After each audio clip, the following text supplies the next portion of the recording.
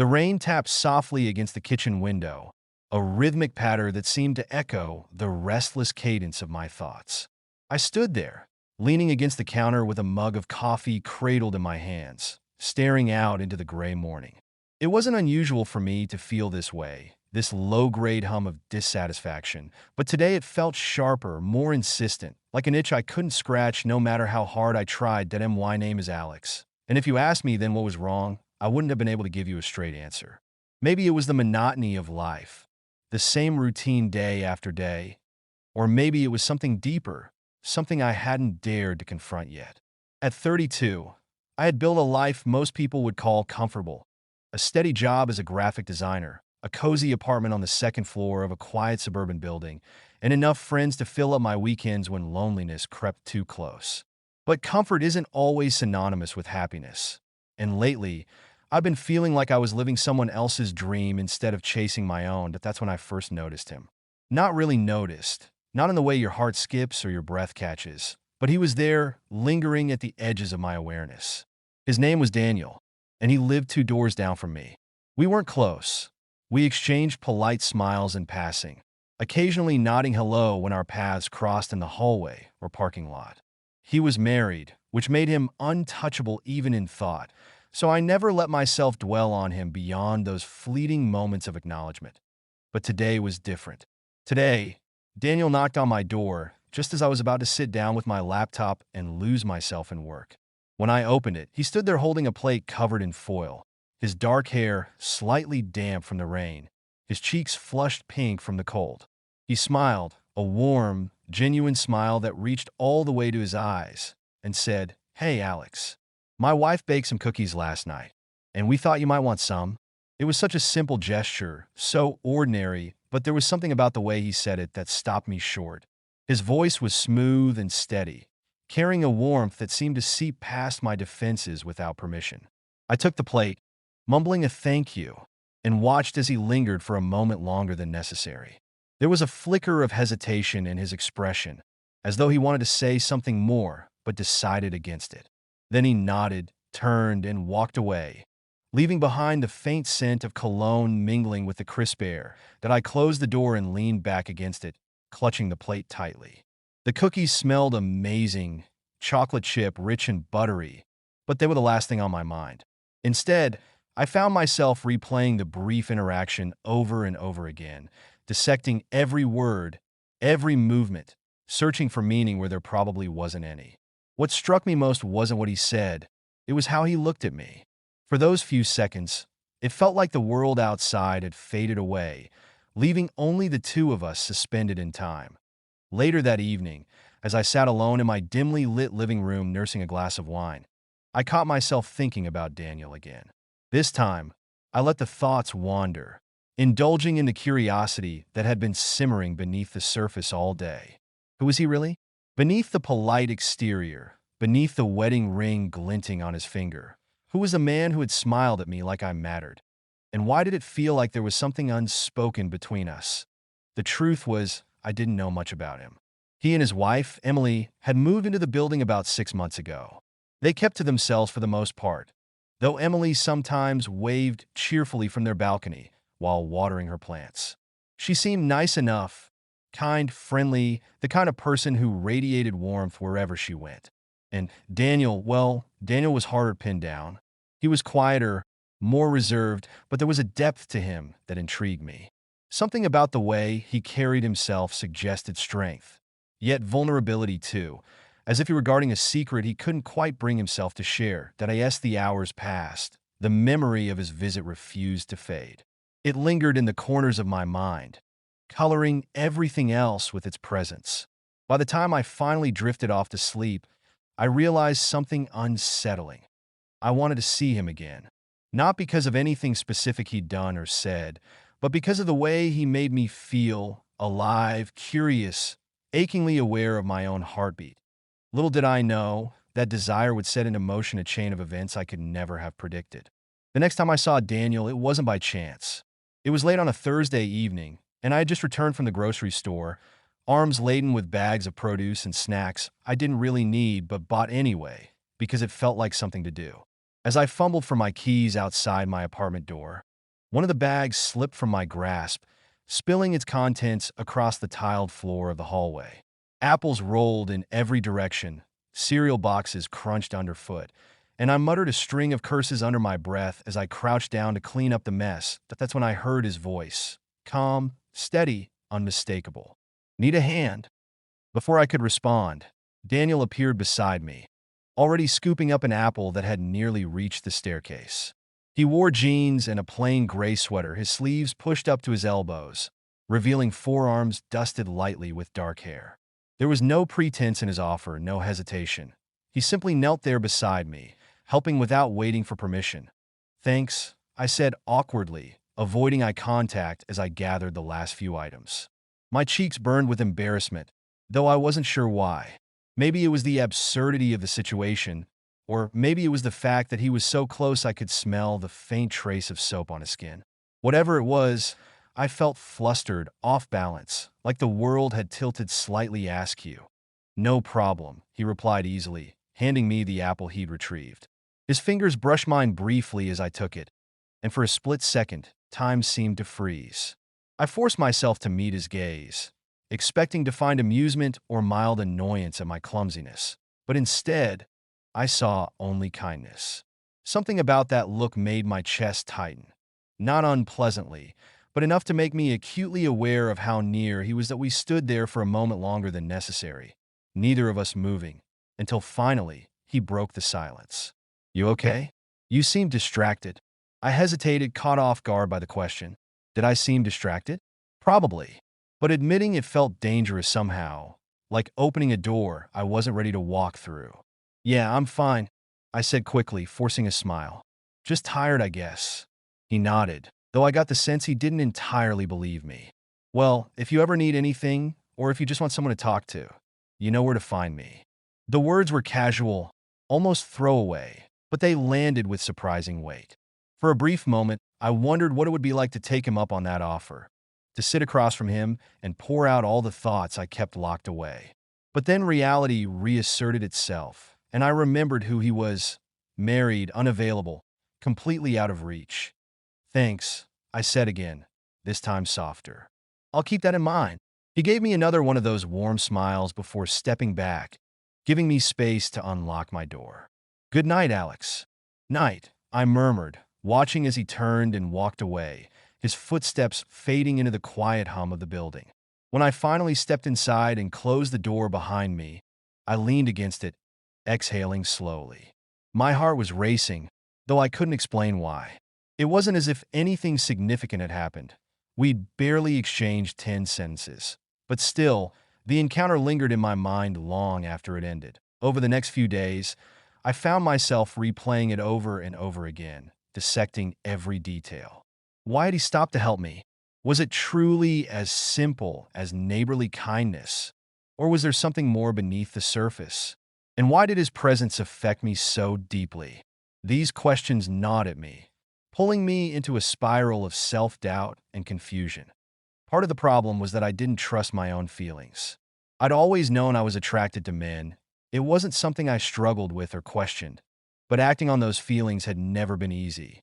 Growing up, I'd learned to suppress them, to bury them deep where no one could see. Even now, years later, remnants of that conditioning clung to me like shadows, whispering doubts whenever I allowed myself to imagine anything beyond friendship with another man.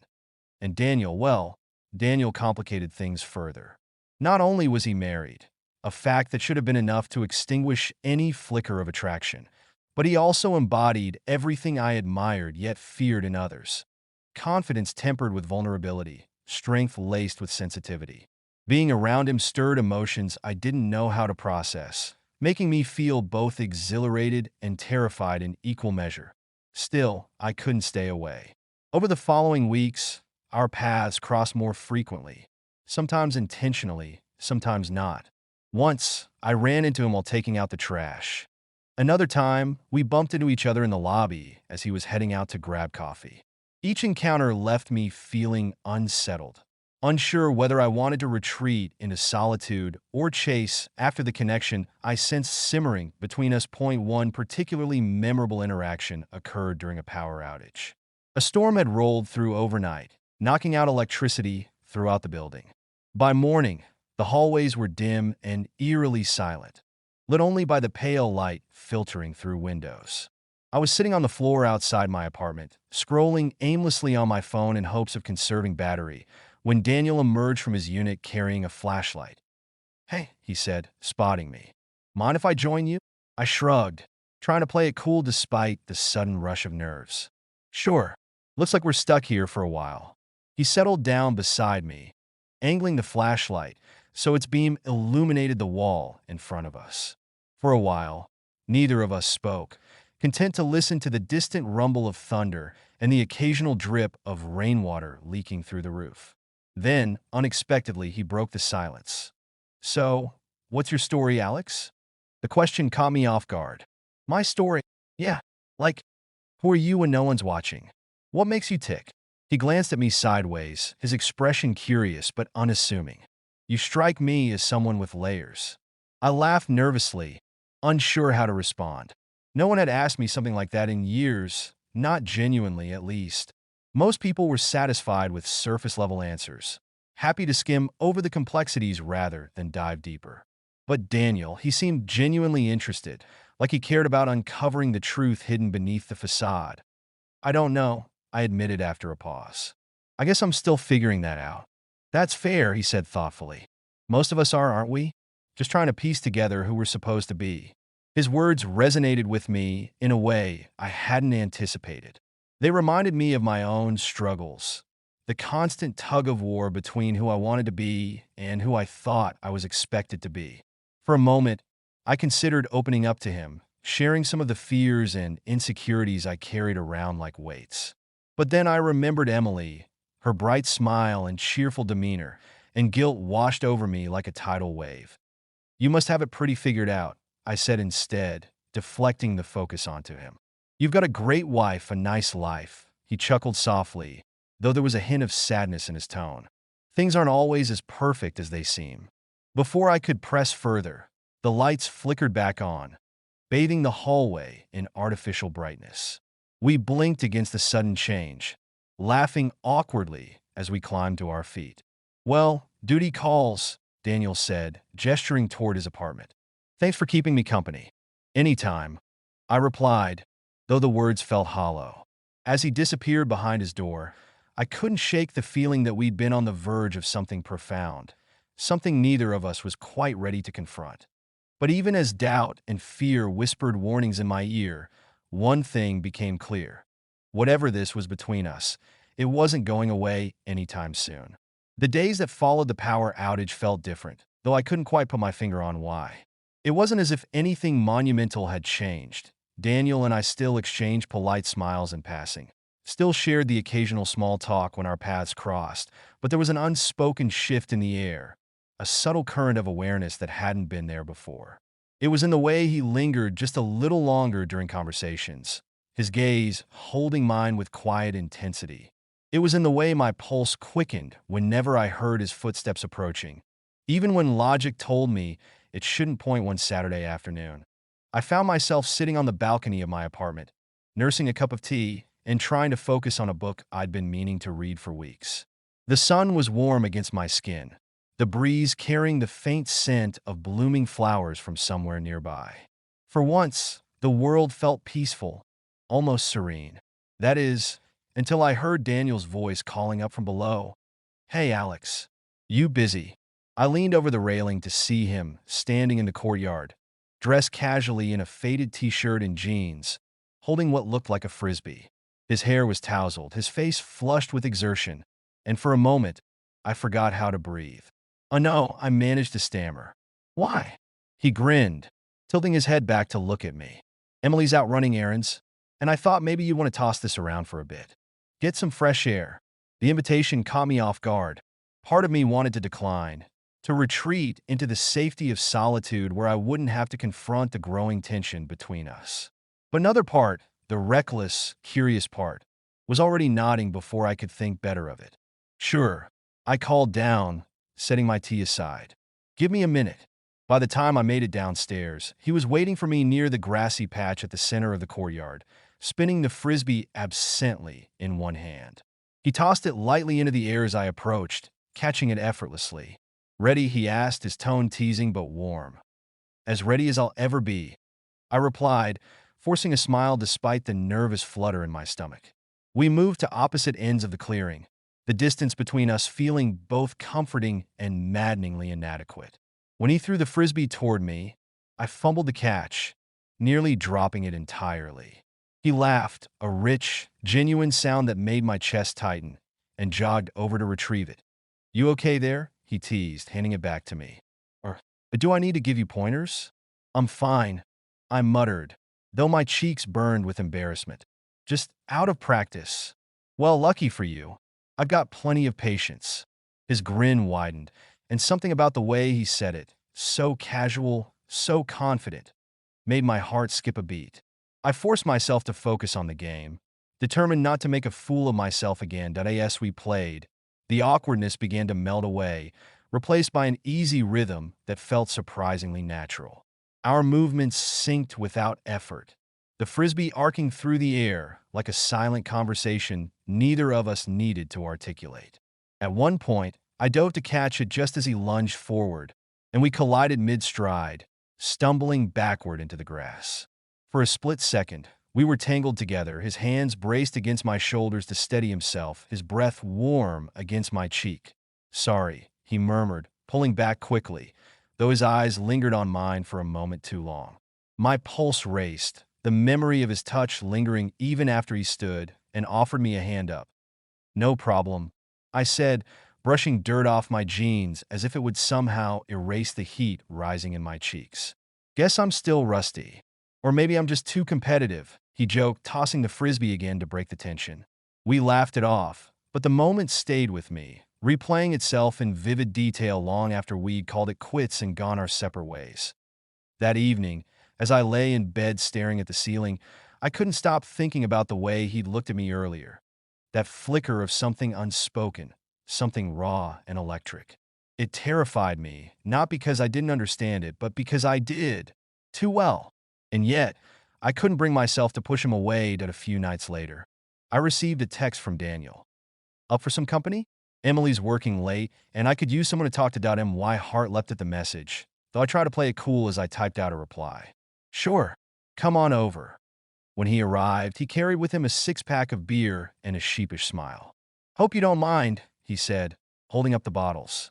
"Figure we could use a drink or two." "Not at all," I said, stepping aside to let him in. "Make yourself comfortable." We ended up on my couch, the beers sweating condensation onto coasters as we talked about everything and nothing. He told me stories about his childhood, growing up in a small town, playing football under Friday night lights, sneaking out with friends to explore abandoned buildings. I listened intently, fascinated by the glimpses of vulnerability beneath his otherwise composed exterior. "And what about you?" he asked eventually, turning the conversation back to me. "What's your story?" I hesitated, unsure how much to reveal. Most people only knew the surface-level version of me, the graphic designer who liked coffee and indie films, but Daniel seemed different. With him, I felt seen in a way I hadn't allowed myself to feel in years. Slowly, haltingly, I began to open up. "I guess I've always been the kind of person who keeps things bottled up," I admitted, tracing the rim of my bottle with my thumb. Growing up, I learned pretty early on that it was easier to blend and then stand out. So I did. I buried the parts of myself that didn't fit, convinced myself they weren't important. He nodded, his expression thoughtful. "Sounds exhausting." "It was," I said quietly. "Still is sometimes." For a while, neither of us spoke, the silence stretching between us like a bridge neither of us dared to cross. Then, softly, he said, "You don't have to hide with me, you know. Whoever you are, whatever you're afraid of, I won't judge you." His words hit me like a tidal wave, washing away years of fear and self-doubt in an instant. Tears pricked at the corners of my eyes, though I blinked them away before he could notice. "Thanks," I whispered, my voice thick with emotion. "That means more than you know." We stayed like that for a while, talking late into the night until the beers were gone and the room was bathed in the soft glow of lamplight. By the time he left, I felt lighter somehow, as if sharing pieces of myself with him had lifted a weight I hadn't realized I'd been carrying. Over the next few weeks, our connection deepened in ways I never could have anticipated. There were moments of levity, like the time we attempted to bake cookies together and ended up covered in flour, laughing until our sides hurt, and moments of quiet intimacy, like the evenings we spent sitting side by side on my balcony, watching the sunset paint the sky in hues of gold and crimson. Each interaction chipped away at the walls I'd built around myself, leaving me exposed and achingly aware of how much I craved his presence. But with that closeness came fear, a gnawing, relentless fear that I was crossing lines I shouldn't, that I was setting myself up for heartbreak. Every time he mentioned Emily, guilt twisted in my gut, reminding me of the boundaries I was dangerously close to blurring. Yet every time he smiled at me, touched my arm, or held my gaze just a little too long, those fears dissolved into something else entirely. Hope. Hope that maybe, just maybe, I wasn't alone in feeling this pull between us. Hope that maybe, someday, we could find a way to navigate the chaos together. It was a rainy Friday evening when everything changed.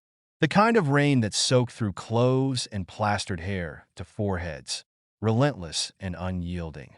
I had been working late at the office, trying to finish up a project before the weekend, but the storm outside made it impossible to focus. By the time I finally left, the streets were slick with water, reflecting the dim glow of streetlights like shattered mirrors. My umbrella turned inside out within seconds of stepping outside, so I gave up and let the rain drench me as I walked home. When I reached my building, Daniel was waiting for me in the lobby. He stood near the elevator, his hands shoved deep into the pockets of his coat, his expression unreadable. For a moment, I thought I'd imagined him there. Why would he be standing in the lobby on a night like this? But then he stepped forward, his eyes locking onto mine, and I knew something was different. "You're soaked," he said, his voice low and steady, though there was an edge to it I couldn't quite place. "Come on, let's get you upstairs." I wanted to protest, to tell him I could manage on my own, but the look in his eyes stopped me. There was something raw and urgent about it, something that sent a shiver down my spine despite the warmth spreading across my skin from the rain. Without another word, we rode the elevator together in silence, the air between us thick with unspoken tension. Once inside my apartment, I peeled off my jacket and hung it over the back of a chair, leaving a trail of wet footprints on the floor. Daniel followed me in, closing the door behind him with a soft click. Neither of us spoke as I grabbed a towel and dried my face, the sound of the rain tapping against the windows filling the quiet. Finally, he broke the silence. "Alex, we need to talk." The weight of those 4 words hit me like a punch to the gut. My stomach tightened, and for a split second, I considered pretending I didn't know what he meant. But the truth was I did. I'd felt it brewing for weeks. The pull between us, the unspoken longing that neither of us had dared to name. And now, standing here in my soggy clothes with water dripping from my hair, I couldn't run from it anymore. "Okay," I said, my voice barely above a whisper. "Talk." He hesitated, running a hand through his damp hair. For the first time since I'd met him, he looked unsure, vulnerable in a way I'd never seen before. Whatever this is between us, it's not going away. No matter how hard I try to ignore it, it's still there.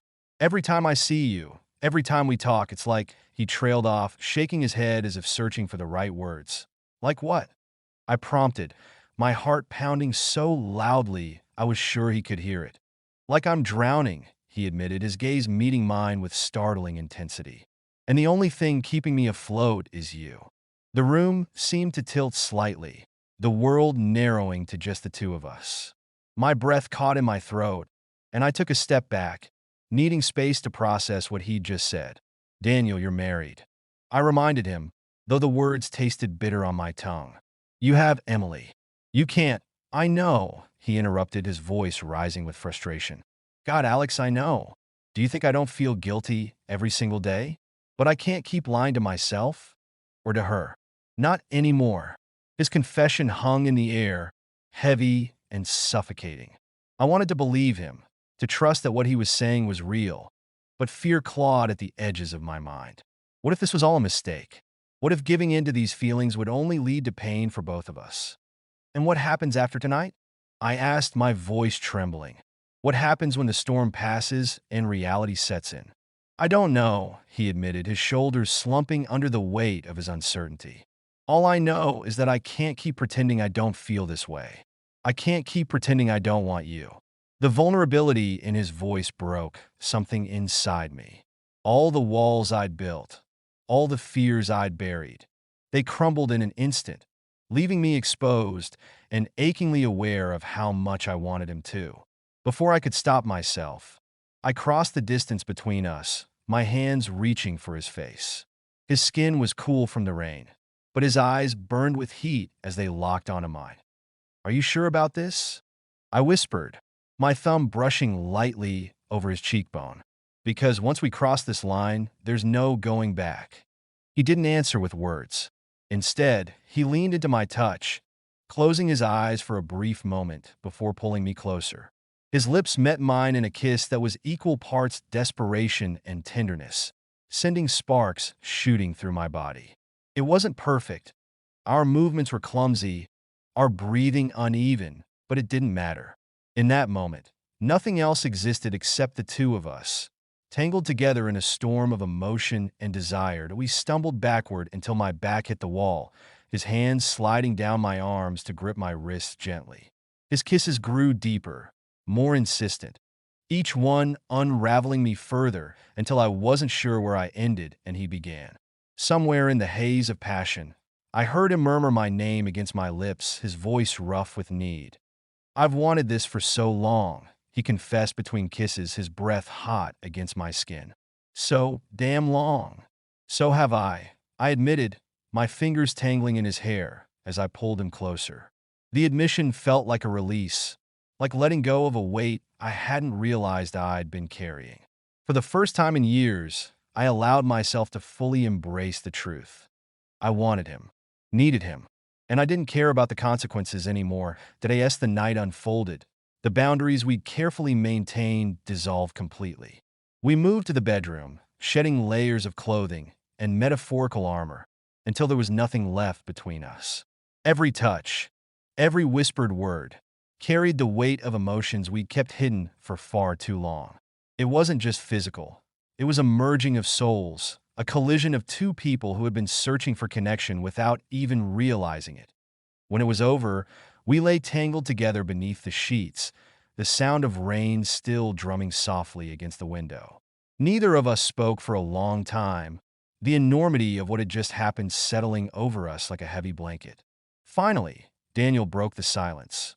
"What do we do now?" he asked, his voice barely audible that I turned to look at him, studying the lines of his face illuminated faintly by the moonlight filtering through the blinds. "I don't know," I admitted honestly. "But whatever happens next, we'll figure it out. Together." He nodded, pulling me closer until our bodies were flush against each other. As sleep began to claim us, I couldn't help but wonder if we were making the biggest mistake of our lives, or taking the first step towards something truly extraordinary. The morning after the storm arrived with an eerie stillness, as though the world itself was holding its breath. Sunlight filtered through the blinds in soft, golden streaks, painting the room in hues of warmth that felt almost cruel given the turmoil brewing inside me. I woke up first, lying on my side and watching Daniel sleep. His face was relaxed, his breathing steady, but even in repose, there was a tension etched into his features, a quiet unease that mirrored my own. For a while, I let myself indulge in the illusion that everything might be okay.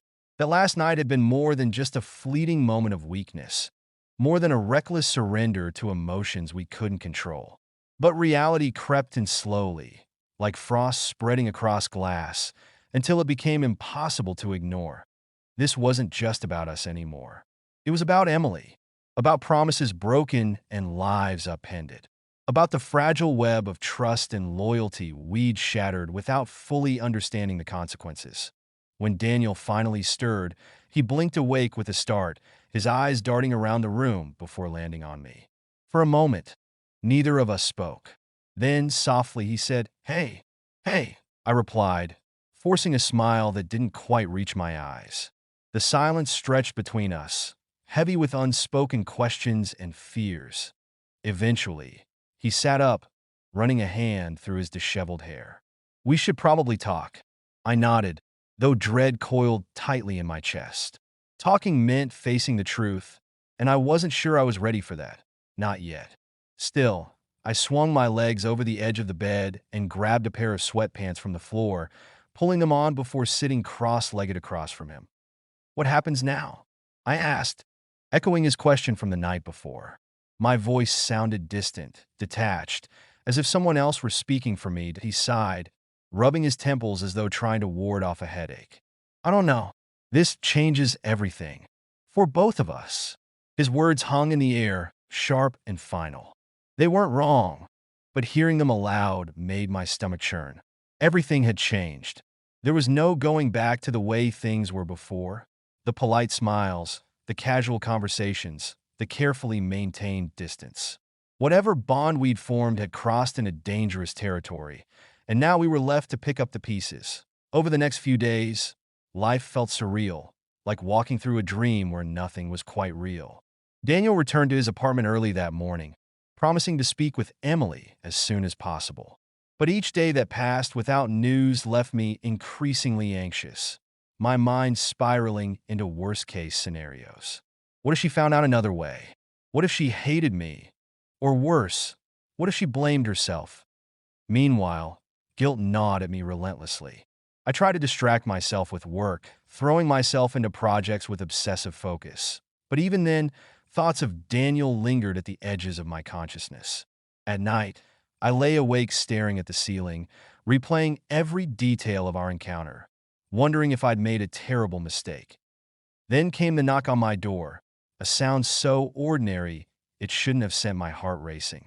But when I opened it to find Emily standing there, her expression unreadable, my blood ran cold. "Hi, Alex," she said, her tone clipped but not unfriendly. "Can we talk?" "Of course," I stammered, stepping aside to let her in. She walked past me with measured steps, her posture rigid, her hands clasped tightly in front of her. Something about her demeanor set off alarm bells in my head, though I couldn't pinpoint why. "I'll get straight to the point," she began once we were seated in my living room. Her gaze locked onto mine, sharp and piercing. "Daniel told me about you too." The words hit me like a punch to the gut. For a moment, I couldn't breathe, couldn't think.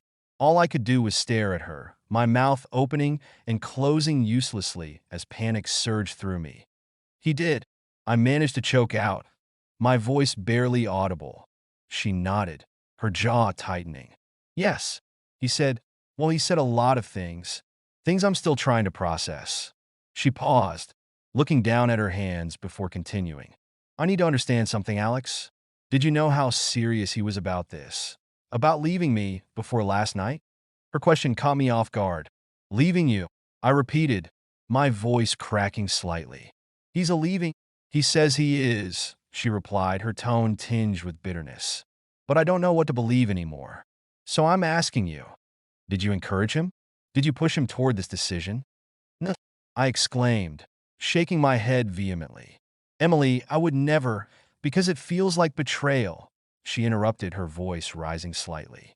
"Not just because of Daniel, but because of you. We've been neighbors for months, Alex. You've been in our home, shared meals with us. And all this time," she trailed off, shaking her head as tears welled in her eyes. "How could you do this to me? To us?" Her pain was palpable, cutting through me like a knife. I wanted to tell her it wasn't like that I hadn't planned for any of this to happen, but the words stuck in my throat. How could I explain something I barely understood myself? Instead, I sat there in silence, feeling smaller and more powerless than I ever had in my life. "I'm sorry," I whispered finally, though the apology felt woefully inadequate. "I never meant to hurt you." She studied me for a long moment, her expression softening slightly. "I believe you," she said eventually, her voice quieter now. "But that doesn't make this easier. Not for me, and not for him." With that, she stood and walked toward the door, pausing briefly before stepping outside. "Take care of yourself, Alex," she said, glancing back at me one last time. Then she was gone, leaving behind a void filled with regret and uncertainty that I in the days that followed. The fallout rippled outward, touching every corner of my life. Word spread quickly among our small circle of neighbors, fueled by whispers and speculation. Some people avoided me altogether, their judgment clear in the way they averted their eyes or hurried past without saying hello. Others confronted me directly, demanding answers I didn't have. Through it all, I felt like a ghost haunting my own existence, invisible yet painfully exposed. Daniel and I continued to see each other, though cautiously, meeting in secret to avoid drawing more attention. Each encounter was bittersweet, charged with both longing and guilt. He assured me repeatedly that leaving Emily had been his choice, not mine, but the weight of her pain lingered between us, casting a shadow over everything. One evening, as we sat together on my balcony watching the sunset, he turned to me with a look of determination. "We can't keep living like this," he said firmly. "Hiding, pretending. If we're going to make this work, if I'm going to make this work, I need to be honest. With everyone." I nodded, though fear twisted in my gut. Being honest meant risking everything. His reputation, my peace of mind, the fragile connection we'd fought so hard to build. But deep down, I knew he was right. Secrets only festered, growing darker and more toxic with time. If we wanted a future together, we had to face the truth head on. "Okay," I said quietly. "Let's do it. Together." As we held hands under the fading light, I allowed myself a flicker of hope, a fragile, tentative belief that maybe, just maybe, love could conquer even the hardest truths. But as the stars began to dot the sky above us, I couldn't shake the feeling that the hardest battles were still ahead. The weeks that followed were some of the hardest I'd ever faced, but they also brought clarity in ways I hadn't anticipated. Daniel kept his promise. He told the truth to everyone who mattered: Emily, his family, our neighbors.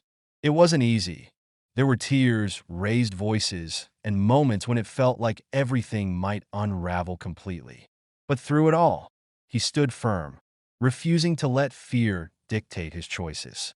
Watching him take ownership of his decisions made me realize just how much courage it took to step into the unknown, and how much strength we both needed to navigate it together.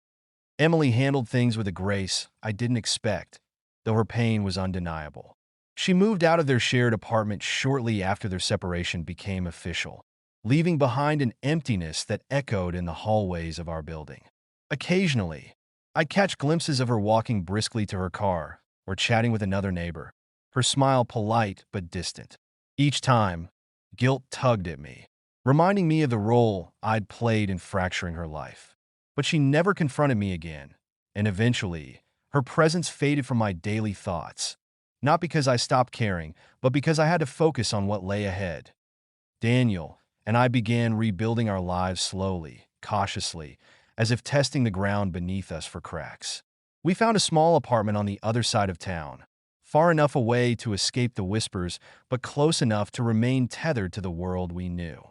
Moving in together felt surreal, a mix of excitement and trepidation, but every box we unpacked, every piece of furniture we arranged, brought us closer to something resembling normalcy. For the first time in months, I allowed myself to imagine a future where happiness wasn't overshadowed by regret. One evening, as we sat on the couch sharing takeout and watching the city lights flicker outside our window, Daniel turned to me with a thoughtful expression. "Do you ever wonder what would have happened if we hadn't met?" he asked, his voice soft but steady. That I paused, chopsticks halfway to my mouth, considering the question. "All the time," I admitted. "But then I think about how different my life is now, how different I am, and I can't imagine going back." He smiled faintly, reaching over to squeeze my hand. "Me neither. Even with everything we've been through, I wouldn't trade this for anything." His words settled over me like a warm blanket, easing some of the lingering doubts I'd carried for so long. It wasn't that the guilt disappeared entirely. It still surfaced occasionally, especially during quiet moments when my mind wandered, but it no longer consumed me. Instead, I focused on the present, on the man sitting beside me who had chosen me despite the chaos it brought into his life. Over time, I noticed subtle changes within myself. The walls I'd built around my emotions had begun to crumble, replaced by a newfound sense of vulnerability that felt both terrifying and liberating. I learned to trust not only Daniel, but also myself, to believe that I deserved love, even if it came at a cost. And perhaps most importantly, I discovered the power of honesty, not just with others, but with myself. Pretending to be someone I wasn't had kept me safe for years, but it had also kept me trapped. Letting go of that pretense was painful, yes, but was also freeing. Months later, on a crisp autumn afternoon, Daniel and I returned to the courtyard where we'd first bonded over a frisbee game.